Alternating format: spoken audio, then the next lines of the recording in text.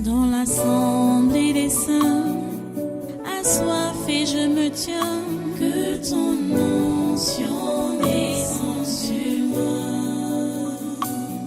Conscient que mon destin est dans le creux de ta main, que ton onction descende sur moi. Je suis disposé, assoiffé, que ton onction descende sur moi. Je suis disposé, assoiffé,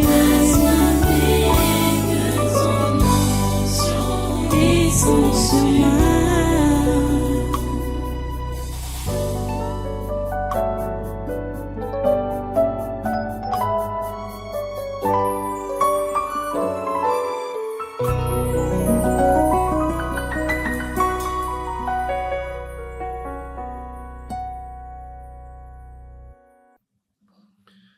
Alléluia. Voilà, prenez votre Bible pendant que vous êtes debout, restez debout. Vous prenez vos Bibles. Nous allons repartir dans notre texte de jeudi. C'est Actes des Apôtres au chapitre 19. Actes des Apôtres, chapitre 19. À partir du verset 1 jusqu'au verset 7. Actes des Apôtres, chapitre 19, du verset 1 au verset 7. Nous lisons. Pendant qu'Apollos était à Corinthe, Paul, après avoir parcouru les hautes provinces de l'Asie, arriva à Éphèse. Ayant rencontré quelques disciples, il leur dit: « Avez-vous reçu le Saint-Esprit quand vous avez cru ?» Ils lui répondirent: « Nous n'avons pas même entendu dire qu'il y ait un Saint-Esprit. » Il dit: « De quel baptême avez-vous donc été baptisés ?» Et ils répondirent: « Du baptême de Jean. » Alors Paul dit: « Jean a baptisé du baptême de repentance, disant au peuple de croire en celui qui venait après lui, c'est-à-dire en Jésus. » Sur ces paroles, ils furent baptisés au nom du Seigneur Jésus. Lorsque Paul leur eut imposé les mains, le Saint-Esprit vint sur eux, et ils parlaient en langue et prophétisaient. Ils étaient en tout environ 12 hommes. Prions le Seigneur. Dieu Tout-Puissant, nous te remercions pour ta parole de ce matin.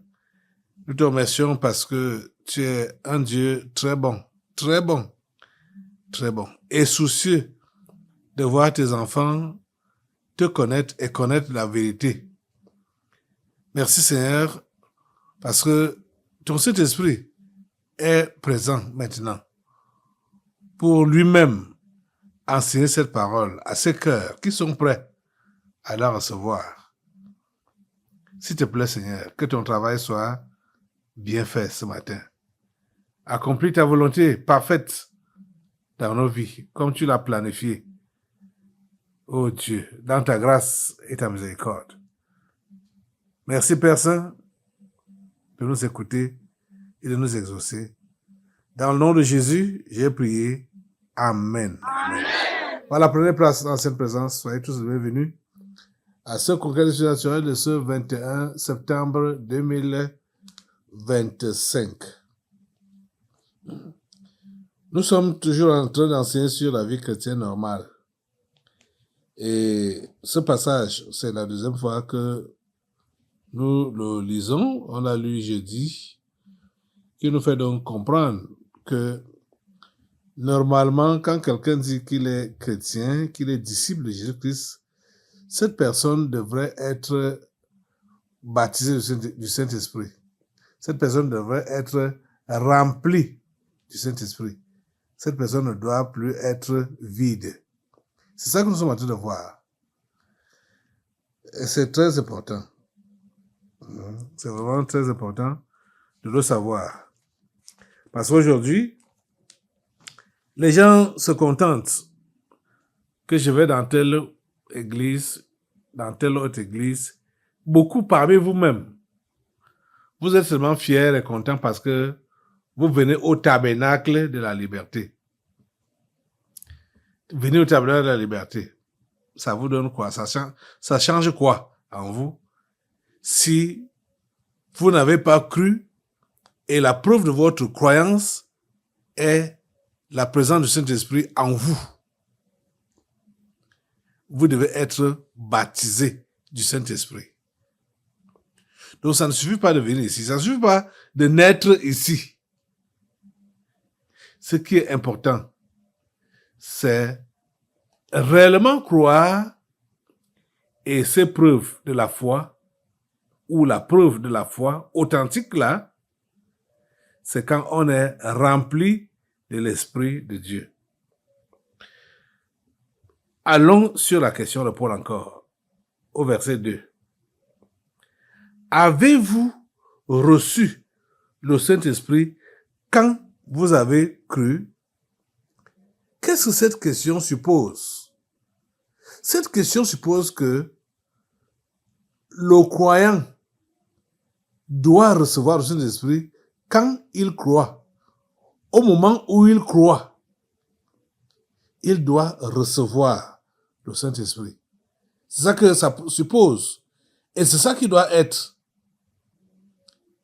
Avez-vous reçu le Saint-Esprit quand vous avez cru? Et écoutez leur réponse. Ils répondirent, nous n'avons pas même entendu dire qu'il y a un Saint-Esprit. Pourtant, ils disaient qu'ils étaient des croyants. Ils disaient qu'ils étaient des chrétiens. Ils n'ont même pas entendu dire qu'il y avait un Saint-Esprit. Ils n'avaient pas entendu cela. Ouais. Pourquoi? Parce qu'on ne leur avait pas parlé du Saint-Esprit. On s'était limité à leur parler du baptême des gens. Ils ont reçu le baptême des gens, mais ils ont pris que c'était toute la chrétienté là-bas, le baptême des gens. Et quand Paul vient donc leur demander s'ils ont reçu le Saint-Esprit, quand ils ont cru, ils sont perdus. Ils sont perdus. Heureusement qu'ils étaient réellement disposés. Les amis, normalement, d'après la lecture de ce passage, c'est quand on croit qu'on doit recevoir le Saint-Esprit. Dieu m'a aidé dans l'histoire là. Si je n'avais pas reçu le Saint-Esprit pendant ma conversion, je ne pense pas que j'allais persévérer. Hein. Je ne pense pas. Je ne pense pas que je pouvais aller loin. Parce que quand je l'ai reçu, à ma conversion, ça a bouleversé, changé beaucoup de choses à moi. Beaucoup, beaucoup, beaucoup, beaucoup. Je vous assure. Donc, ceux parmi vous qui dites donc que vous avez cru et vous ne l'avez pas encore reçu, vous n'êtes pas rempli de lui. C'est la raison pour laquelle, bon, quand ça vous effleure comme ça, là, après quelque temps, vous rentrez dans vos choses, dans votre monde d'avant. Les amis, ce que moi j'ai connu, j'ai aussi vu ça dans la Bible. Si on lit dans Actes au chapitre 10, on va voir que Corneille et sa maison, ainsi que ses voisins les plus proches qu'il avait invités, écoutez Pierre. Pierre prêchait. Pendant que Pierre prêchait, c'est là que chacun d'entre eux ouvrait son cœur. Vous voyez? Chacun d'entre eux ouvrait son cœur à la foi. Et ça a permis que pendant que Pierre lui parlait, le Saint-Esprit est descendu sur eux. Donc, à leur conversion, ils ont reçu le Saint-Esprit. Avez-vous reçu le Saint-Esprit quand vous avez cru? À leur conversion, ils ont reçu. C'est dans Acte 10. Vous voyez? C'est comme ça que ça doit être en temps normal. Quand on croit, le Saint-Esprit de Dieu doit descendre sur nous. Nous devons le recevoir. C'est lui qui est le sceau, donc le cachet, que voilà la propriété de Dieu. Il vient habiter dans notre esprit, donc dans notre cœur, comme c'est illustré dans ce livre, La réalité du Saint-Esprit. Vous voyez, c'est là qu'il entre dans le cœur. Il possède ce cœur. Ce cœur-là change complètement. Ça devient une autre personne. Ce cœur. Je vous assure. Donc, vous lisez dans Acte 10, vous allez voir que c'est ça qui s'est passé avec Corneille et sa famille, et c'est que ses amis. Pendant que Pierre prêchait, c'est le Saint-Esprit qui a interrompu la prédication de Pierre. Dieu seul sait combien de temps il voulait prendre pour essayer d'expliquer, de prêcher. Quand il a vu que le Saint-Esprit est descendu, Pierre a arrêté directement sa prédication. Il a arrêté. Il a compris que c'était fait. Parce que quand on évangélise quelqu'un et le Saint-Esprit descend sur cette personne-là, c'est la preuve que la personne-là a déjà cru. Oui, on n'a plus besoin d'autres preuves. Donc, on doit arrêter l'évangélisation. On ne va plus continuer à dire à la personne, donne ta vie à Jésus, repens-toi de tes péchés, fais ceci, fais cela. Non, c'est fini. Le Saint-Esprit est venu mettre le sceau pour confirmer que, oui, la personne-ci a ouvert son cœur, a reçu Christ, et Christ l'a accepté, et Christ lui a pardonné ses péchés. Il est maintenant enfant de Dieu. Le sceau est là. Le cachet est là. Sur cette personne. Au niveau de son cœur. C'est ça qui se passe en temps normal. Vous voyez donc que beaucoup de gens qui peuvent venir dans un milieu comme celui-ci. Les semaines passent, les mois passent, les années passent. Ils n'ont rien à faire avec le Saint-Esprit. Ces gens-là s'habituent dans la religion. C'est la religion qui s'installe dans leur vie, complètement comme ça. Vous voyez? Et vous voyez qu'ils deviennent même encore un blocage. Un blocage, même pour les nouveaux venus. Parce qu'eux, ils sont venus, ils sont là depuis longtemps, mais ils n'ont rien à faire avec le Saint-Esprit. Vous voyez? C'est très dommage, hein? C'est très dommage. Vous prenez l'affaire là comme une petite affaire, sans savoir que c'est réellement sérieux. Quand tu n'as pas encore reçu le Saint-Esprit et tu dis que tu es croyant, l'affaire là n'est pas... Ne prends pas ça à la légère. Ne prends pas ça à la légère. Tu vas continuer dans la religion. Tu vas continuer dans la religion. Et vous voyez, dans la Bible, on a vu que le Saint-Esprit est descendu sur les gens. Un groupe comme ça, là, des gens, beaucoup reçoivent, mais d'autres, pas. C'était, par exemple, le cas de Simon, le magicien. Le Saint-Esprit est descendu. Tout le monde a reçu, sauf lui. Pourquoi? Parce que cet homme était ancré dans la magie. Et il était là comme un spectateur. Là, c'était à Samarie. Il était comme un spectateur. Pas comme, il était même vraiment le spectateur. Il voyait, il admirait comment Pierre et Jean imposaient les mains aux gens et les gens recevaient le Saint-Esprit. puisque Philippe était allé dans cette ville. Philippe a prêché. Les gens se sont repentis. Les gens ont donné leur vie à Jésus. Mais le Saint-Esprit n'était pas descendu sur eux.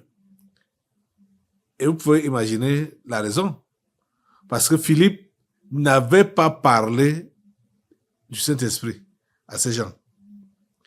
Ils étaient disposés à recevoir Jésus, à recevoir tous les enseignements de Philippe. Mais ce qui les émerveillait le plus et ce qui les attirait le plus, c'était les miracles. Surtout Simon là. Simon était beaucoup attiré par les miracles. Et je sais que c'est aussi ce qui attire les gens ici là, les délivrances prophétiques. Parce que la plupart des gens, quand ils viennent ici là, ils veulent déjà prendre ceux qui sont utilisés dans les délivrances prophétiques comme les devins. Donc comme la divination. Pour qu'on leur dise ce qui les concerne. Vous voyez? Quand Simon est descendu à Samarie et il a commencé à prêcher, il priait pour les malades, il y avait beaucoup de miracles. Beaucoup de miracles. Les guérisons. Les paralytiques marchaient, les aveugles voyaient. Il y avait beaucoup de miracles. Donc, les gens étaient attirés rien que par ça. Et Philippe aussi a mis seulement l'accent sur ça. Vous voyez, non? Il n'avait pas parlé du Saint-Esprit. Et il parlait seulement de Jésus qui est venu sauver, qui fait les miracles. Par son nom, les miracles sont faits. Les aveugles voient, les sourds entendent, les paralytiques marchent, les morts ressuscitent et tout ça là. Il disait ça et cela se passait. Parce que c'est comme ça avec le Saint-Esprit, avec Dieu. C'est-à-dire, ce qui est dit, c'est ce qui est fait. Parce que Dieu n'a pas abandonné sa méthode depuis la création. C'est-à-dire, ce qu'il dit, c'est ça qui arrive. Et c'est la même chose jusqu'à aujourd'hui que son serviteur, son envoyé, quand il envoie quelqu'un, ce que cette personne-là va dire, c'est ça qui va se réaliser. Et si la personne se retient de dire certaines choses, ça là, ne va pas se voir aussi. Vous voyez? Donc, c'est comme ça que Dieu est. Donc, en Samarie, Philippe s'est arrêté au niveau des miracles, et ce n'est que les miracles que les gens ont vus. C'est quand Pierre et les gens sont venus parler du Saint-Esprit, imposer les mains aux gens, que ces gens-là ont reçu le Saint-Esprit. Mais ici, je crois que je vous dis tout, je vous enseigne sur tout. Donc, vous n'avez pas vraiment de raison de ne pas être des chrétiens authentiques et de ne pas faire ce que un chrétien authentique devrait faire. Cette vie chrétienne normale, vous devez la vivre parce que tous les aspects de cette vie chrétienne normale, vous les avez reçus ici. Tout au moins, bon, supposons que tu es même nouveau. Mais tu dois comprendre, quand tu passes je sais que la plupart des nouveaux, comme l'église, depuis qu'on a fermé le temple, on se réunit à l'école. Il y a une partie qui est à la maternelle, qui est là en route, l'autre partie qui est au primaire. Mais le couloir qui va au primaire, là, il y a la bibliothèque, du moins, il veut dire quoi? La librairie, voilà, qui est là au couloir. Donc, les différents livres que j'ai eu à écrire, qui permettent à tous ceux-là qui sont désireux de connaître Dieu, de le connaître. Quand ils ont acheté ces livres et les lire, ce qui est dit dedans va se réaliser dans leur vie. Vous voyez, dans les livres chrétiens, la Bible vient en tête. La Bible que je vous lis là, elle vient en tête. Mais comme elle est tellement grosse, avec beaucoup de livres à la fois, parce qu'elle a 66 livres, le Seigneur permet que les différents thèmes qui sont dedans, on ses serviteurs puissent les prendre et faire des résumés, comme le thème du Saint-Esprit. J'ai fait le résumé dans ce livre intitulé « La réalité du Saint-Esprit ». Donc, tu es donc là, tu es nouveau, tu veux connaître Dieu, passe à l'étalage des livres, passe là et achète la réalité du Saint-Esprit et d'autres titres qui sont là, très importants pour votre croissance chrétienne. Il y a celui-ci. Donc, après la Bible, il y a celui-ci, la réalité du Saint-Esprit, qu'il faut lire absolument. Parce que quand tu as donc lu la Bible, qui t'a évangélisé, ou tu as suivi également les messages qui t'appellent à la repentance, à la foi, tu dis que tu as cru en Jésus, tu as foi en lui, il faut, comme je le dis maintenant, depuis jeudi passé, il faut donc absolument que tu sois baptisé du Saint-Esprit, que tu reçoives le Saint-Esprit. Et ce livre est approprié pour te donner cet enseignement-là. Là, tu lis automatiquement. Si tu as réellement cru, ton cœur est ouvert pour recevoir la suite des enseignements ou des prescriptions. Tu vas recevoir un puissant baptême du Saint-Esprit. Je vous assure. Et ça ne doit pas rester là. Que tu as reçu le Saint-Esprit, bon, peut-être tu as parlé en langue et prophétisé. C'est pas ça, c'est pas suffisant. Parce que là-dedans, je vous enseigne également que il faut entretenir ce Saint-Esprit. Il doit être entretenu. Vous voyez, ceux qui sont là et qui ne l'ont jamais reçu, et ils sont là depuis des années, ou depuis des mois, ou même depuis des semaines, c'est dommage pour vous autres, parce que vous allez vous transformer en religieux. Un religieux, c'est juste un traditionnaliste. Quelqu'un qui n'a pas de communion véritable avec Dieu et qui fait des choses par routine. Donc, pour cette vie chrétienne normale, il y a également ce livre donc, intitulé « La piété ». La vie chrétienne normale. La piété. La piété. Aimer Dieu et être dévoué pour ces choses. Ça t'enseigne donc comment aimer Dieu et comment te dévouer pour les choses de Dieu. Parce qu'aujourd'hui, il y a des courants de doctrine qui passent. Oh mon Dieu.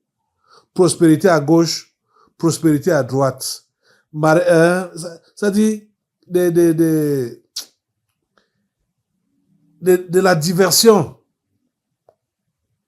L'enseignement n'est pas, ce n'est pas correct. Vous voyez? Quand vous allez lire ce livre, vous allez comprendre, vous allez réellement vous asseoir en Christ. Parce que il y a ce livre a combien de chapitres? Vous voyez comment c'est gros là. Je crois que c'est même le plus gros volume ici, avec le livre sur le mariage. Avec beaucoup d'exemples de la Bible, des amis de Dieu dans la Bible. C'est une série d'enseignements que j'ai eu à donner. Comme je vous donne maintenant la vie chrétienne normale. C'est vrai que la vie chrétienne normale est un mélange de la plupart des messages que j'ai déjà eu à donner. Mais la piété, ou comme la réalité du Saint-Esprit, la réalité du Saint-Esprit était concentrée sur le Saint-Esprit.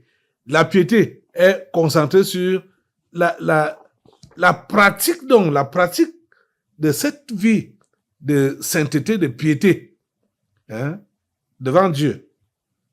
Comme au lieu d'être seulement superficiel, hein, parce qu'aujourd'hui, là, on a des impies qui sont à l'église et qui prétendent qu'ils sont chrétiens. Des impies qui prêchent même. Et tout ça. Donc, il faut que vous puissiez donc comprendre que, par exemple, il faut suivre le modèle de Christ. Il faut procéder au renoncement et à la restitution. La piété, hein. Je suis en train de vous lire des sous-thèmes qui sont dedans là. La piété, une vie opposée à la religion. Piété, foi et constance. Il faut être constant dans la foi. Et la piété, une école de la souffrance. Piété, humilité et effacement. Tout ça, c'est ici dedans. Donc, tu lis ces enseignements, tu les appliques, oh mon Dieu, tu seras un bon chrétien. Tu seras une bonne chrétienne. Tu vas vivre une vie chrétienne normale. Mais on constate que beaucoup parmi vous là, vous venez à l'église seulement parce que vous voulez recevoir les bénédictions. Comme vous êtes malade, vous voulez recevoir la guérison.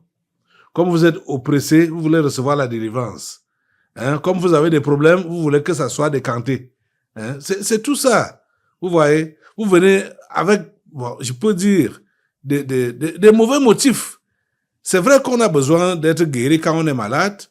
Hein? On a besoin d'être délivré quand on est possédé. Mais ce n'est pas tout ça. Hein? Jésus a même lancé l'appel. Ça, c'est vrai. Venez à moi, vous tous qui êtes fatigués et chargés, et je vous donnerai du repos. Mais vous ne venez pas pour recevoir le repos. Vous venez seulement pour qu'on vous décharge, hein, de vos fardeaux, de vos souffrances. C'est ça qui est dommage alors.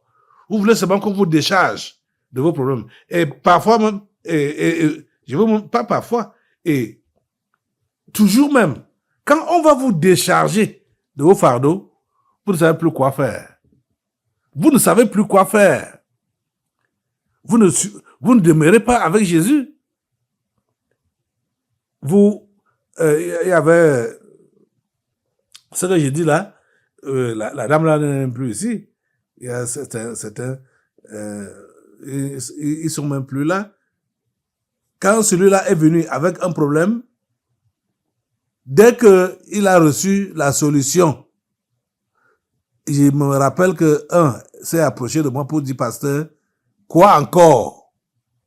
Pour dire que ce que je cherchais, je l'ai déjà reçu. Quoi encore? Je dois encore faire quoi? Vous voyez ça? Oh mon Dieu. Pourtant, quand tu crois et tu reçois le Saint-Esprit, tu es baptisé du Saint-Esprit, tu ne vas pas demander que je vais encore faire quoi? Parce que quand cette troisième personne de la divinité vient habiter en toi, c'est elle, la troisième personne de la divinité, qui va te conduire dans toute la vérité, qui te dira donc ce que tu es appelé à faire. Donc, les gens qui ne savent pas quoi faire, c'est ceux-là qui ne sont pas remplis de lui. Ce sont des coques vides. Hein? Ils ne savent pas quoi faire. Quand tu es le Saint-Esprit, quand tu es rempli de lui, tu ne pourras pas dire qu'est-ce que je dois encore faire. Beaucoup sont venus là parce qu'ils veulent le mariage. J'ai également fait une série d'enseignements sur le mariage. Le mariage, une institution divine dédiée aux humains. Donc tous ceux-là qui ont des problèmes de mariage, vous êtes venus ici parce que vous voulez qu'on prie pour que vous puissiez trouver un mari, ou bien pour que vous puissiez trouver une femme. Ou même vous écoutez cette fréquence, ou vous regardez à la télévision, ou sur le net. c'est votre désir de trouver un mari ou une femme, ce livre est pour vous. Il est pour vous. Le mariage, une institution divine dédiée aux humains. Il faut que vous achetiez ça et vous n'allez plus... vous allez balancer ce que les faux prophètes ont mis en vous là. Parce que les faux prophètes vous ont promis le mariage qui n'est jamais venu. Vous voyez même certains sont allés entrer dans des unions, aller dans des mariages qui n'étaient pas prévus pour Dieu. Et ça n'a pas mis long. Donc, vous devez comprendre que chacun d'entre nous a été créé par Dieu et Dieu sait parfaitement ce qui concerne chacun.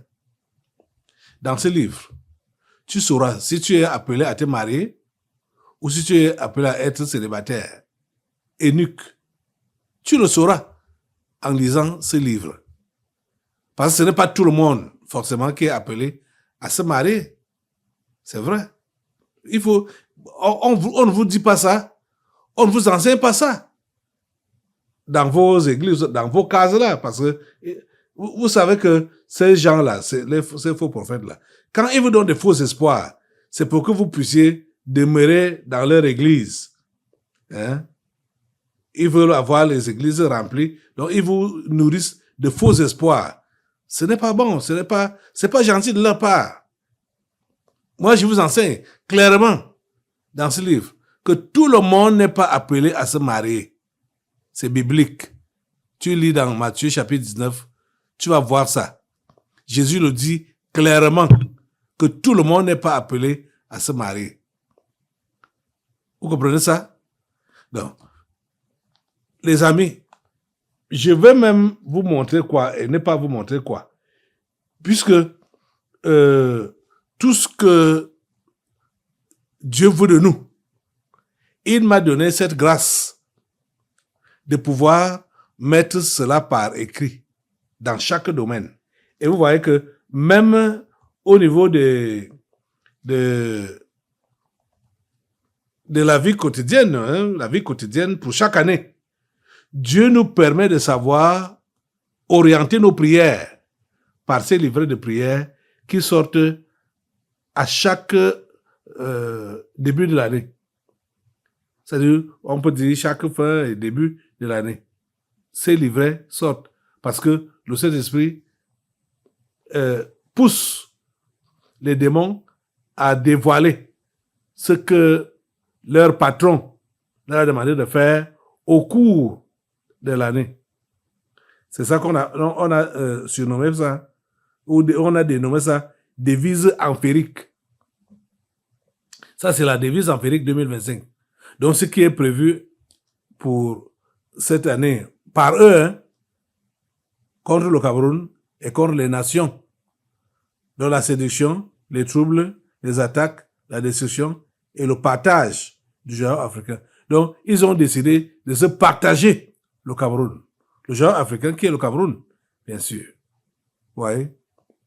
Donc, tous les bruits que vous avez entendus ces derniers temps, on a été averti qu'il y aura des bruits comme ça. Cela a été mis par écrit. Et vous voyez, il n'y a pas seulement pour cette année, les années précédentes, il y a eu des devises ampériques qui sont sorties et qui sont toujours d'actualité. Voilà tout ça. Voilà ça. Il y en a beaucoup. 1, 2, 3, 4, 5, 6. Il y a même d'autres. 7. Ouais, ça a commencé par des papiers volants. Après, c'est allé dans des petits livrets comme ça. Avant d'évoluer jusqu'à des volumes de ce genre. Ouais, les devises ampériques. Donc, il y a tout. Il y a tout. Ici, au Tabernacle de la Liberté, vous n'avez pas d'excuses. Vous n'avez pas d'excuses. C'est-à-dire, Dieu vous a tout donné. Il a tout mis à votre disposition. Donc, c'est à vous, maintenant, de pouvoir donc faire ce qu'il y a à faire.